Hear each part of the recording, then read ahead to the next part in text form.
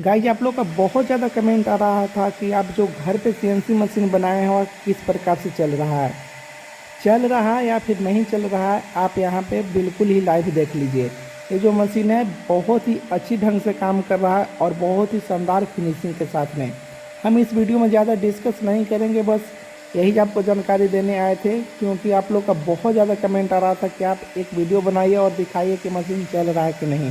तो भाई ये आपके सामने चल रहा है और ये इसका रिजल्ट जो है बहुत ही बेहतर है। और अंत में आपको ये भी देखने के लिए मिल जाएगा जिस पे अभी वर्क कर रहा है वह डिज़ाइन कितना फिनिशिंग बनकर आता है।